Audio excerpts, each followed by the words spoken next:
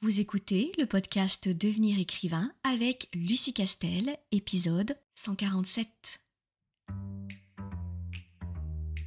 Bienvenue sur Devenir écrivain, le podcast pour démarrer et réussir votre carrière d'écrivain. Et maintenant, retrouvez votre animatrice Lucie Castel, autrice publiée à l'international, formatrice et conférencière.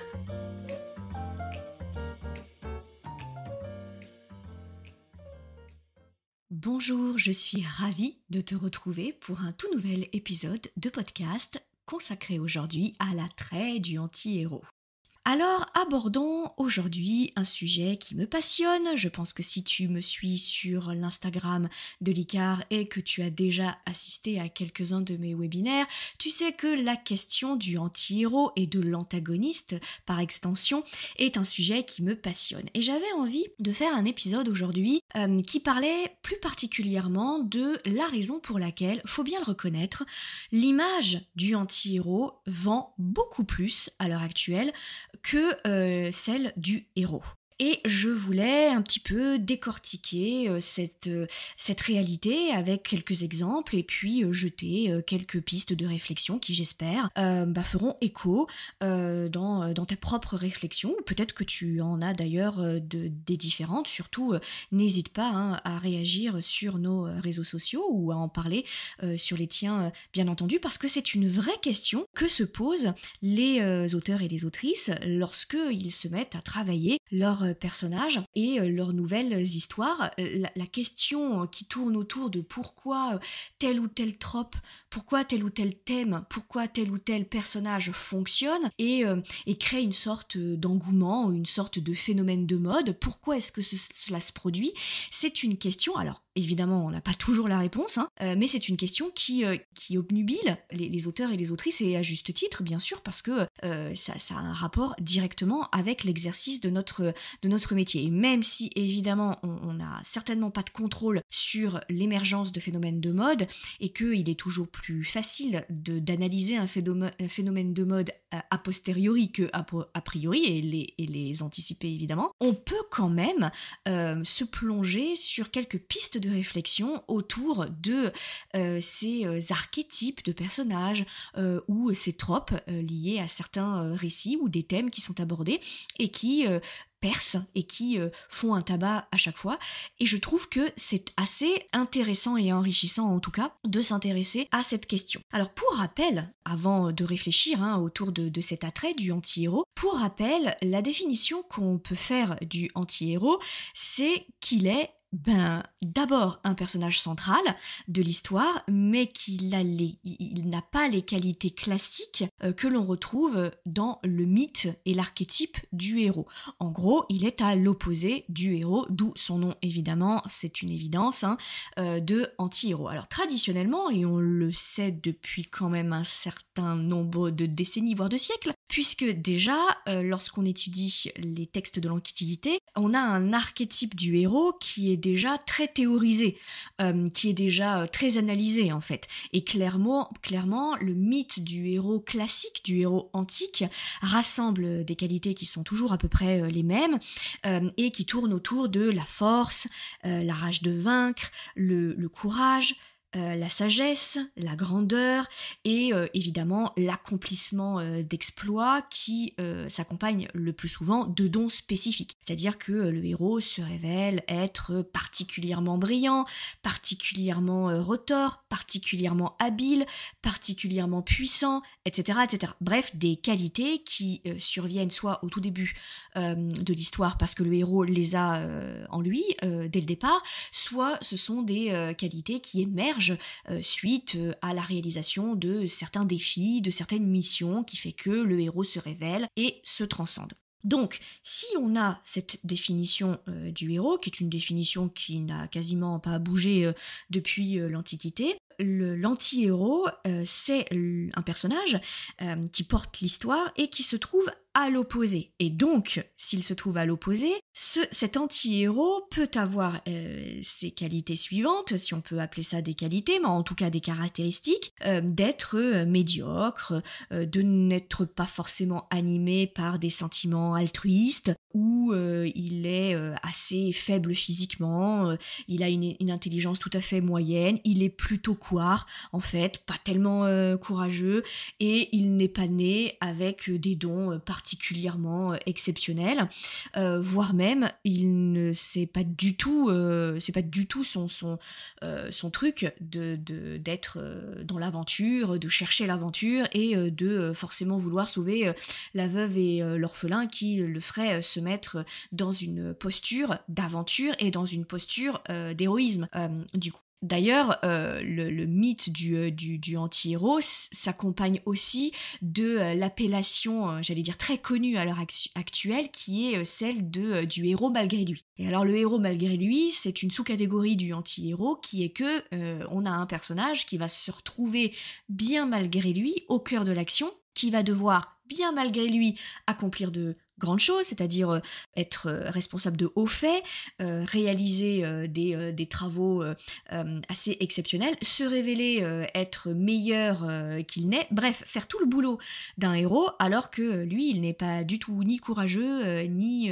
particulièrement porté sur le sauvetage de la veuve et de l'orphelin, et vraiment, c'est à son corps défendant qu'il va se retrouver plongé dans une aventure totalement épique. Alors, très clairement, depuis quelque temps, on a une surexposition de l'anti-héros ou du héros malgré lui, qui est une sous-catégorie du anti-héros, que ce soit dans les livres, dans les séries ou dans les films. Et cette surexposition, elle a participé à l'engouement et du public et des auteurs pour, évidemment, le mythe de l'anti-héros. Pourquoi ?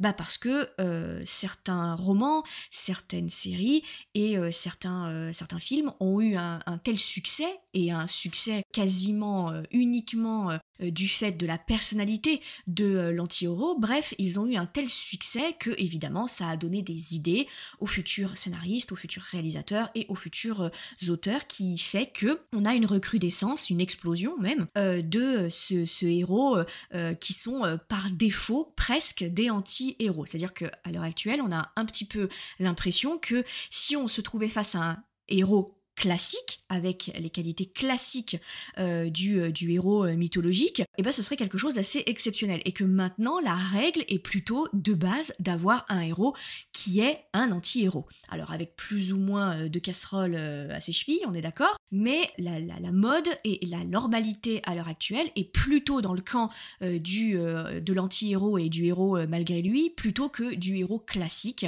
type mythologique. Alors bien entendu, je pourrais vous citer des dizaines et des dizaines d'exemples, mais je vais en citer quelques-uns dont je suis sûre qu'à moins que tu sois resté 10 ans dans un tube cryogénisé ou dans une grotte, tu as forcément entendu parler de ces personnages. Donc évidemment que celui qui a le plus fait parler de lui récemment, c'est Deadpool et la franchise Deadpool, incarnée par Ryan Reynolds, qui a très très bien compris quel était l'engouement et la nature de l'engouement pour le thème de l'anti-héros, et qui évidemment en a fait un personnage à l'écran qui est certes inspiré et calqué sur le personnage de Deadpool des comics évidemment, mais Ryan Reynolds lui a ajouté une touche de modernité et surtout une touche très visuelle. Les mimiques qu'il étudie, qu'il fait tout autour du cinéma, sont elles aussi basées sur la gestuelle et la scénographie du personnage Deadpool dans les comics, mais évidemment Ryan Reynolds l'a animé,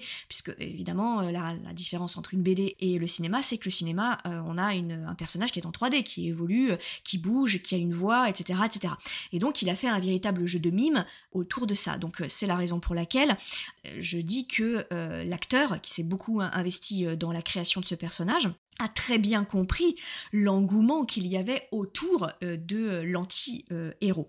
Alors, je te parle de Deadpool, mais bien avant lui, on avait quand même la Rolls-Royce de l'anti-héros, qui est le personnage de John McClane. Et le personnage de John McClane, qui est le héros de la franchise Die Hard, qui est interprété par Bruce Willis, est l'archétype de l'anti-héros dans le genre du thriller ou du polar. Et c'est un archétype, pourquoi ? Parce qu'on a une catégorie de anti-héros qui ne fonctionne que dans le thriller et dans le polar. Et quand je vais te le décrire, tu vas tout de suite voir à quoi ça correspond. Il s'agit de l'enquêteur privé ou l'enquêteur type flic, qui est au bout du rouleau, qui est en instance de divorce ou qui a divorcé ou qui est en pleine crise conjugale, qui a des difficultés avec ses enfants, qui est un peu, voire beaucoup, porté sur tout un tas de problématiques d'addiction, si ce n'est l'alcool, c'est au moins la drogue, c'est au moins les femmes, c'est au moins le travail, bref, il croule sous les addictions. Et on suit ce personnage qui ne cherche pas particulièrement l'aventure, qui cherche pas particulièrement à faire correctement son travail, mais qui a quand même tout au fond de lui une conscience de l'enquêteur ou du bon flic qui lui reste, et qui, quand il se retrouve plus ou moins souvent malgré lui, parce que là on est vraiment dans le héros malgré lui, dans une nouvelle aventure que lui seul, parce qu'il a été brillant, parce qu'il a des dons et qu'il a un peu étouffé et oublié, mais il a des dons, il n'en reste pas moins que c'est un anti-héros, mais que dans anti-héros reste le mot héros, c'est pas un antagoniste, eh bien il va se servir de ce prétexte-là pour faire ressurgir ce qui fait tout au fond de lui sa nature de héros, bien qu'il soit anti-héros, pour permettre de résoudre des affaires que d'autres n'auraient peut-être pas forcément pu résoudre.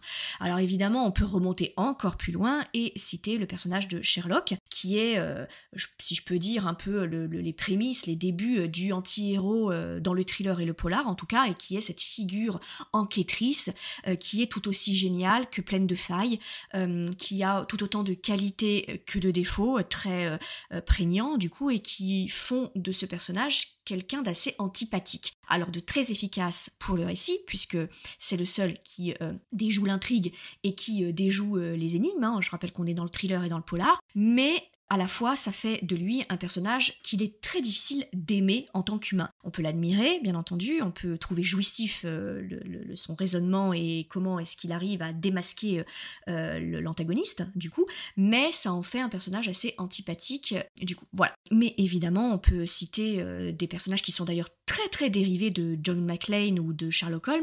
Je vais évidemment faire référence au Dr House, qui est un anti-héros directement inspiré de Sherlock, hein, du coup, hein, les créateurs s'en sont jamais cachés, mais dans un aspect beaucoup plus moderne, hein, et qui adapte les codes du thriller et du polar, alors plus particulièrement du polar à énigme, dans un milieu hospitalier. Mais c'est le même ressort que le whodunit, hein, c'est exactement le même ressort que le polar à énigme, sauf que l'antagoniste ici n'est pas un meurtrier, l'antagoniste est le virus. Mais le Dr House, il passe l'épisode à traquer le meurtrier, le potentiel meurtrier, qui est le virus qui va ou non tuer le patient. Donc voilà, mais dans la même veine et plus récemment en tout cas, il y a Jack Reacher, du coup, qui est de base un héros, mais qui est devenu un anti-héros, et qui, de temps à autre, quand on heurte son système de valeurs, qui est un système de valeurs qui est pas forcément héroïque, hein, du coup, avec les caractéristiques classiques du héros mythologique, eh bien, décide de prendre parti et de résoudre l'énigme, d'arranger les choses, d'arranger la situation, mais pour des motivations qui sont pas forcément des motivations altruistes, comme se doit de l'être un héros classique. Voilà, alors je peux en t'en citer d'autres. Il y a évidemment The Witcher, l'anti-héros The Witcher, qui lui aussi est un héros très torturé. Alors oui, il a de grandes qualités qu'on peut rattacher au héros mythologique classique, une grande force, un grand courage, etc. Mais il a des failles qui fait que du coup son image de héros est un peu relativisé en tout cas, et c'est pas totalement un héros classique et un héros archétypal de type antique. Et il se positionne beaucoup plus sur la partie anti-héros, puisque, je vous le rappelle, que tout comme le héros et l'anti-héros, son panel de qualités est très divers. C'est-à-dire qu'il n'y a pas, par exemple, une dizaine de qualités qu'il faut absolument mettre dans l'anti-héros comme il faut les mettre dans le héros. On peut moduler, on peut en prendre quelques-unes, on peut par exemple créer un héros qui soit plein de sentiments altruistes et qui cherche absolument à sauver la veuve et l'orphelin, mais dans le même temps qui n'est pas particulièrement fort, qui n'a pas particulièrement de dons. À l'inverse, on peut avoir un anti-héros qui a l'air de pas vouloir du tout sauver la veuve et l'orphelin, qui a l'air d'être assez médiocre, qui a l'air d'être assez ronchon et à pas trop vouloir s'exposer, et puis très très très vite, on va se rendre compte que cet anti-héros, en réalité, il a toutes les qualités d'un héros pur. Typiquement John McClane, qui au départ est un anti-héros qui veut pas du tout se mêler des problèmes, qui veut pas du tout sauver la veuve et l'orphelin, qui en a même ras-le-bol, etc., etc.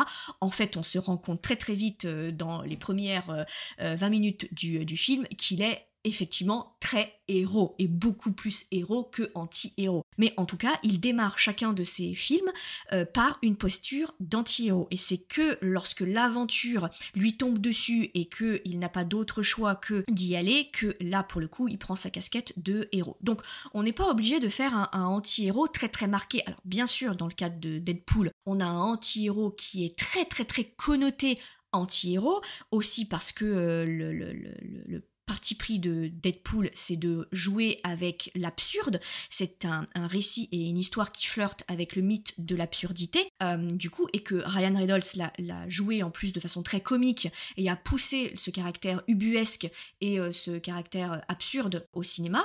Donc il lui donne le côté attachant par le fait qu'il soit absurde, mais dans le cas de Deadpool, on est beaucoup plus dans un registre d'anti-héros, très anti-héros, et qui reste anti-héros. C'est-à-dire que même lorsqu'il se met à réaliser des actions d'héroïsme pur, avec du courage, avec de l'abnégation, etc., il n'empêche que ses motivations restent toujours des motivations anti-héroïques. Donc, quand on parle de anti-héros, il faut aussi qu'on comprenne bien que le panel d'anti-héros est extraordinairement large. On peut avoir des héros un tout petit peu anti-héros, mais pas trop, et puis on peut avoir des anti-héros qui sont très très très très très anti-héros, voilà, et qui restent largement anti-héros et qui ont quelques fulgurances héroïques, mais en dehors de ça, ils restent quand même un gros enfoiré. Et alors, la question qu'on peut se poser, c'est pourquoi est-ce que on éprouve autant d'attrait pour ce type de personnage.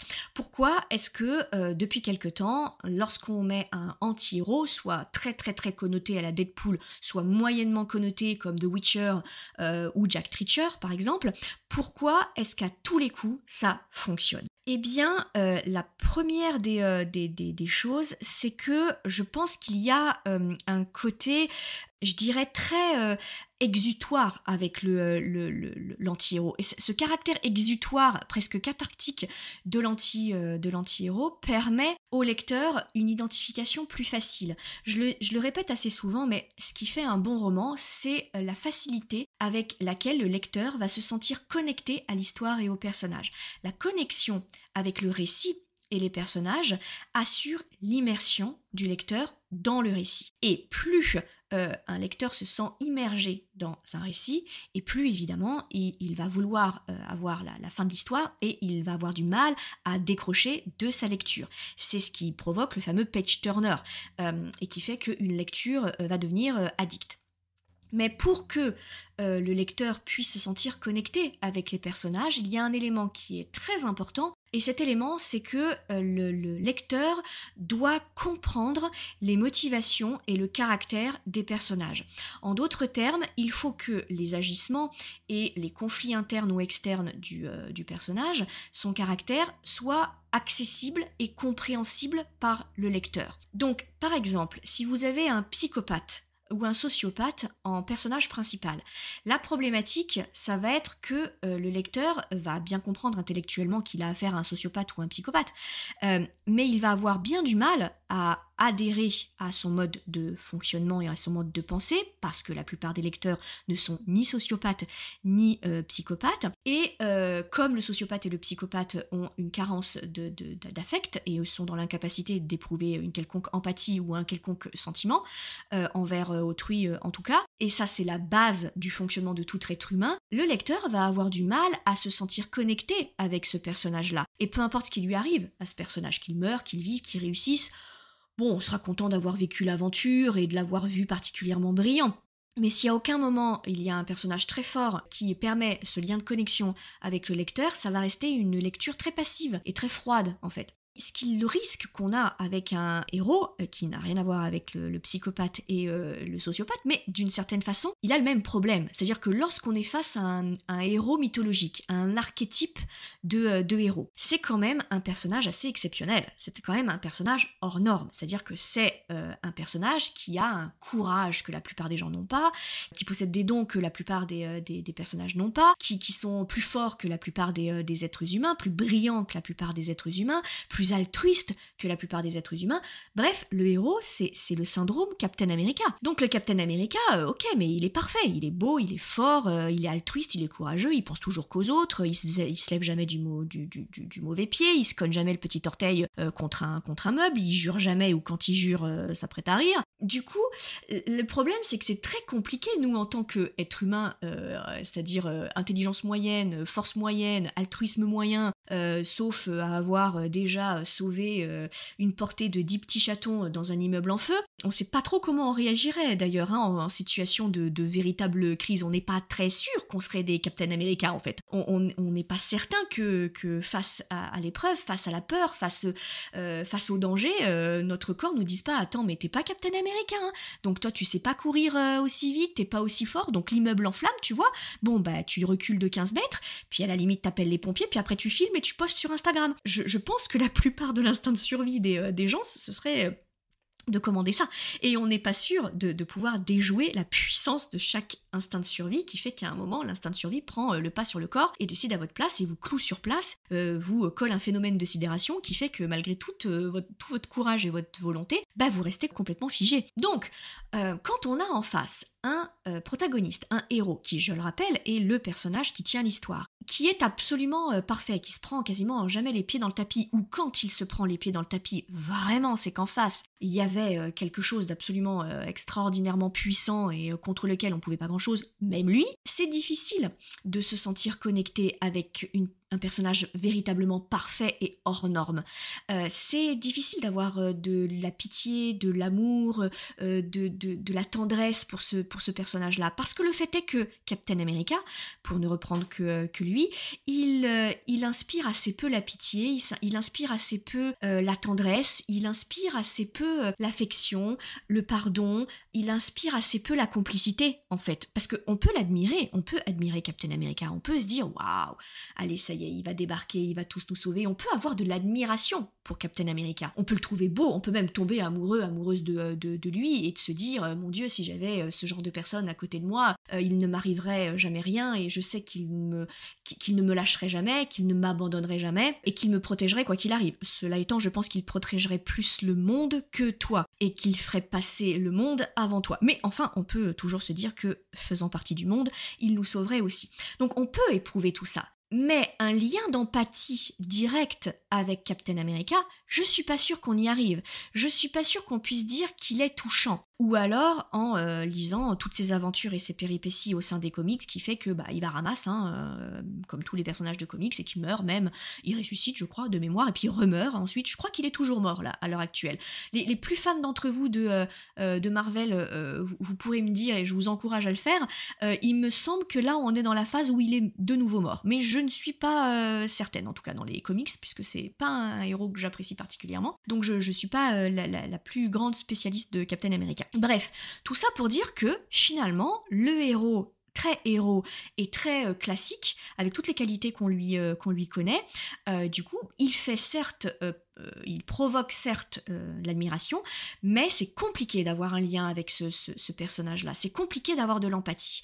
Et si c'est compliqué d'avoir de l'empathie, le lien se fait plus difficilement et l'immersion dans l'histoire du roman se fait aussi plus facilement. C'est la raison pour laquelle les scénaristes, que ce soit pour la télévision, le cinéma ou bien les auteurs, ont bien compris qu'en distillant quelques défauts qui sont traditionnellement plutôt associés à l'antagoniste, en créant donc un héros qui serait pas tout à fait un vrai héros, à savoir l'anti-héros, on va créer un peu d'affection et vraiment d'admiration et même parfois de pitié dans l'esprit du lecteur qui va se dire « Ah, mais ce héros quand même, il a des failles. » Et malgré ses failles, il fait quelque chose de grand.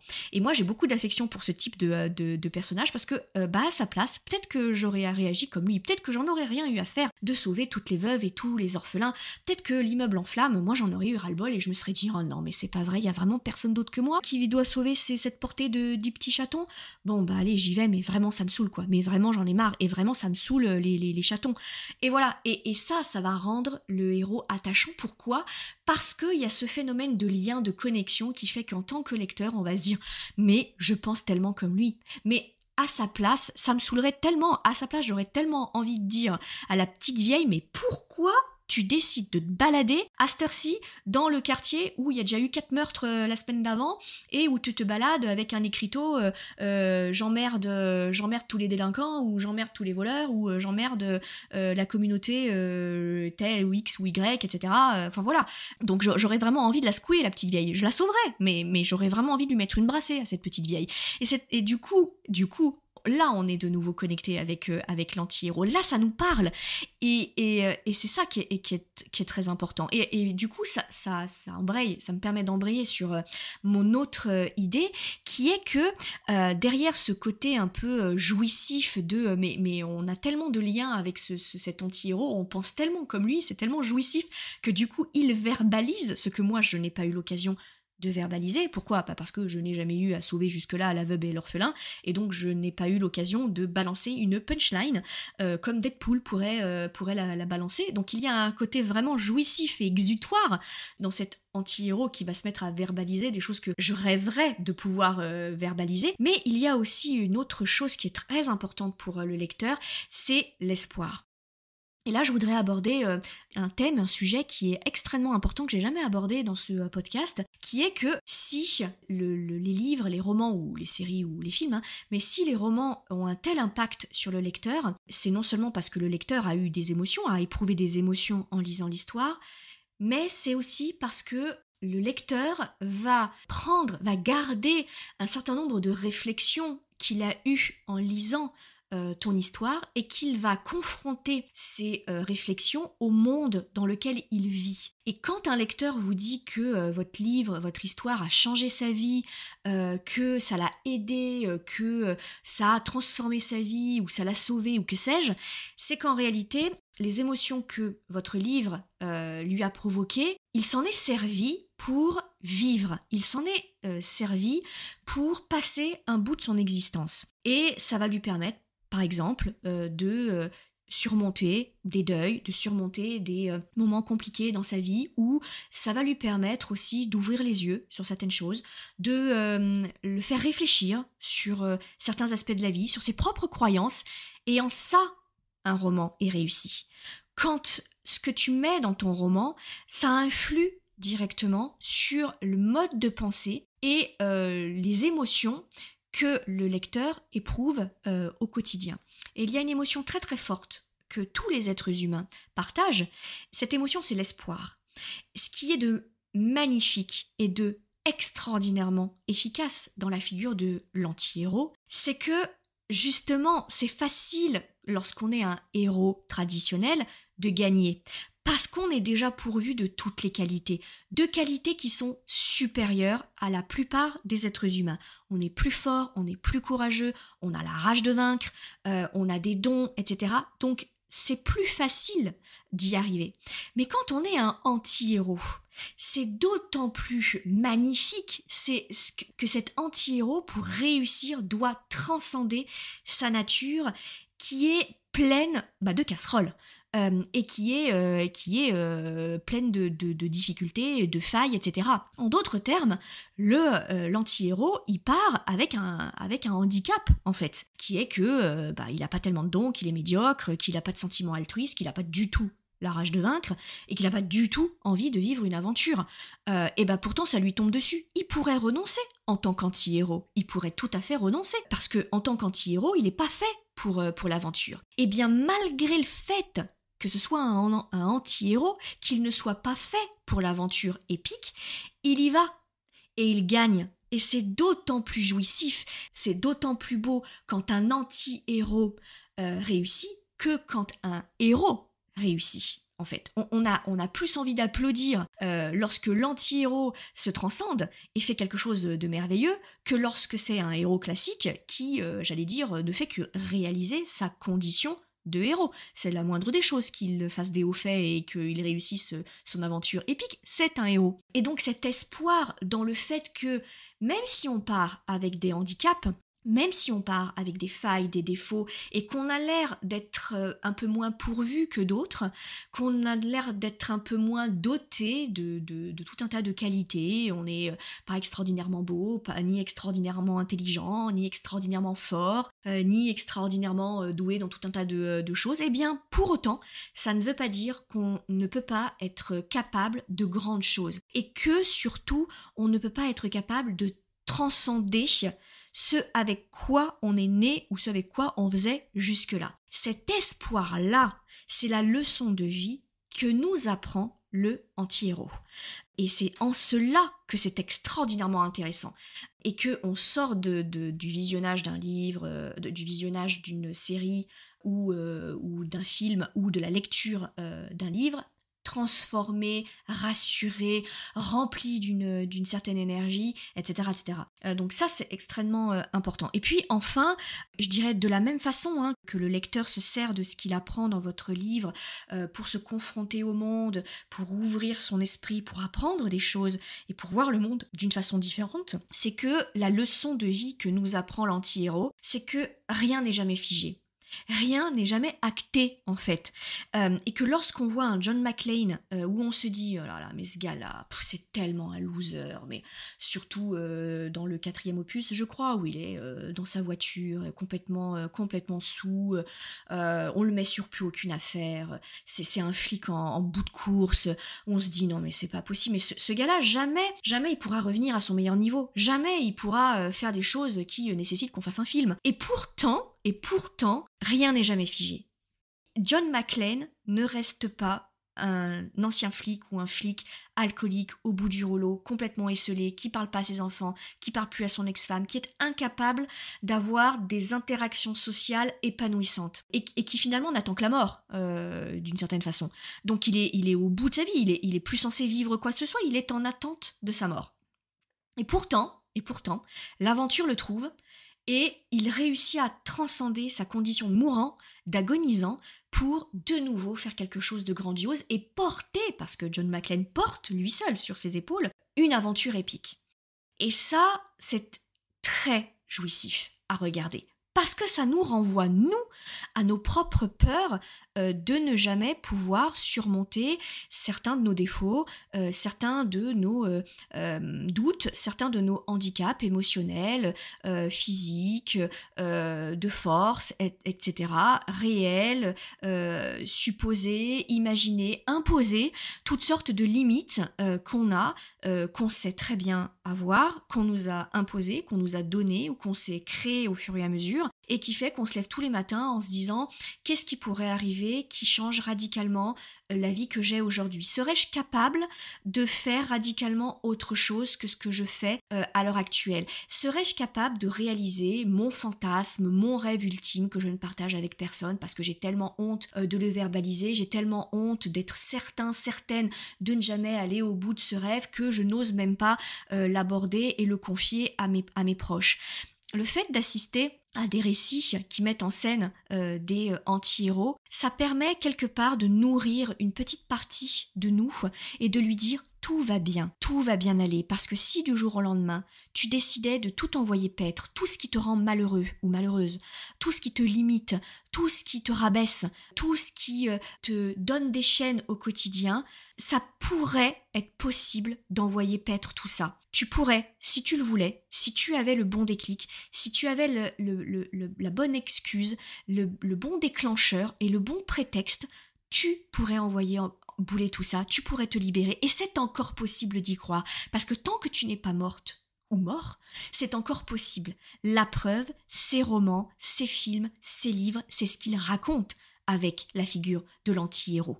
Et ça, moi, en tant que lecteur, auditeur ou spectateur, ça nourrit cet espoir que j'ai en moi, qui est de me dire un jour peut-être, je pourrais me débarrasser de tout un tas de croyances limitantes ou de tout un tas de personnes qui me limitent, qui sont toxiques et dont j'ai pas forcément encore réussi à me détacher, etc., etc.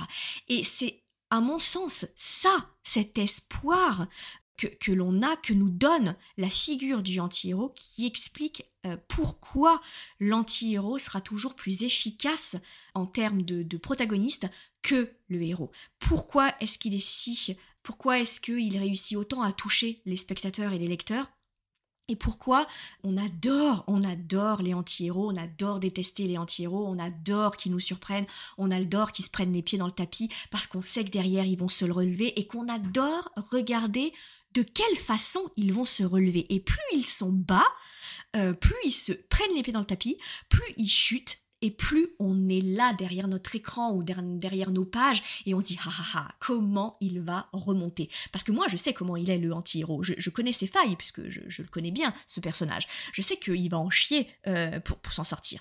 Mais l'ascension qu'il va faire jusqu'à réussir à se transcender, ça c'est quelque chose qui marche à tous les coups. Pourquoi ? Parce que ça renvoie au sentiment d'espoir qui est commun à absolument tous les lecteurs et tous les spectateurs. Si vous voulez qu'un message passe, il faut absolument que ce message soit chargé des quelques rares émotions que tous les êtres humains ont en commun. Et je te le donne en mille, les émotions que tous les êtres humains, quelle que soit leur origine, leur éducation, leur pays, leur langue, leur culture, ont en commun, c'est l'espoir, l'amour et la colère et la jalousie. Et quand tu tapes sur ces sentiments-là, tu sais que tu fais le consensus et que tu t'adresses au plus grand nombre. Alors, attention, cependant, l'anti-héros est un personnage qui est assez casse-gueule à créer. Donc là, bien sûr, je te renvoie soit à la formation Devenir écrivain projet best-seller, où on a un pas à pas pour créer un personnage, les différents archétypes dans les grands genres, etc., etc. Donc où on t'accompagne pour créer tes personnages principaux et secondaires. Mais sinon, bien sûr, je te renvoie à tous les conseils que tu peux recevoir de nous dans ce podcast ou sur notre Instagram ou plus globalement sur Internet. Le personnage du anti-héros est très casse-gueule. Pourquoi ? Parce que, sans rentrer dans le détail, sinon ce podcast ferait 3 heures. Sans rentrer dans le détail, cet anti-héros, il est casse-gueule. Pourquoi ? Parce que tu dois faire un jeu d'équilibriste entre des qualités qui sont celles du héros classique, parce que même si on appelle ça un anti-héros, je rappelle que ce n'est pas un antagoniste. C'est complètement différent. Antagoniste et anti-héros, c'est pas la même chose. L'anti-héros, dans anti-héros, il y a quand même le mot héros. Donc à un moment, quand il va devoir se transcender, il y a certaines qualités qui sont les qualités du héros qui vont ressurgir. Mais comme il est aussi anti, tu vas devoir faire ce jeu d'équilibre avec des caractéristiques qui sont des caractéristiques normalement et traditionnellement associés à l'antagoniste, et qui serait par exemple la jalousie, la colère, le fait qu'il soit pas du tout altruiste, que ce soit un personnage vénal, que ce soit un personnage colérique, un personnage un peu abusif, etc. Par exemple. Et du coup, le problème, c'est que tu te retrouves face à un personnage qui est un peu schizophrène en fait. Complètement, et donc qui oscille entre des schémas de comportement assez contradictoires, entre le courage d'un côté et l'héroïsme d'un côté dont il va faire preuve forcément à un moment, et puis le fait qu'il soit un personnage un peu abusif, que ce soit un personnage coléreux, que ce soit un personnage qui soit antipathique, etc., etc., plein de défauts. Et du coup, il faut que ce soit très subtil pour que quand même on comprenne la logique interne de ce personnage-là. Et que ce soit pas juste un personnage complètement bipolaire. Et que un coup il soit héros, un coup il soit anti-héros. Et sans transition entre les deux en fait.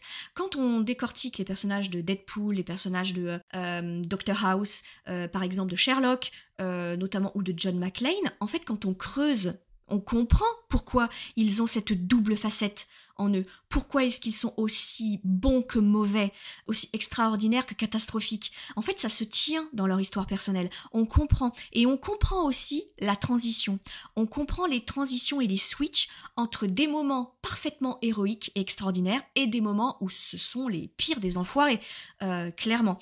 On comprend le switch. Et c'est sur ce switch-là qu'il va falloir que tu travailles. Et donc, le anti-héros, c'est l'un des personnages les plus compliqués à créer. Donc tu dois vraiment respecter les sacro-saints principes qu'on enseigne à l'ICAR, qui sont les principes de logique interne, de cohérence et de logique de caractère vraisemblable de ton personnage. Et ça, c'est très technique. Alors ça s'apprend bien sûr, mais il faut que tu sois très technique dans ta création de anti-héros, parce que un anti-héros raté, c'est un roman raté, ou c'est une série ou un film raté. Ça pardonne pas.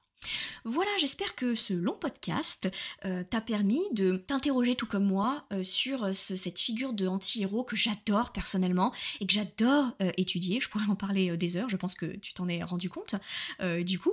Et en tout cas, je te renvoie aux conseils que j'ai pu donner sur la création des personnages pour ce qui est de ce podcast. Et si tu veux aller beaucoup plus loin, bien évidemment, et être entouré par une équipe, eh bien je te recommande de t'inscrire sur la liste d'attente et de nous rejoindre sur la prochaine session de formation Devenir écrivain projet best-seller. En attendant, je te souhaite beaucoup de courage pour ton écriture, ne lâche rien et je te dis à très bientôt. Si tu veux apprendre à écrire un roman de qualité professionnelle et séduire les éditeurs, si tu veux qu'une équipe complète de professionnels t'accompagne dans ce projet, tu dois rejoindre Devenir écrivain, projet best-seller. C'est la formation la plus complète et individualisée pour t'aider à concrétiser ton rêve d'écriture. Inscris-toi sur licar.fr/formation, licares.fr/formation pour avoir toutes les informations.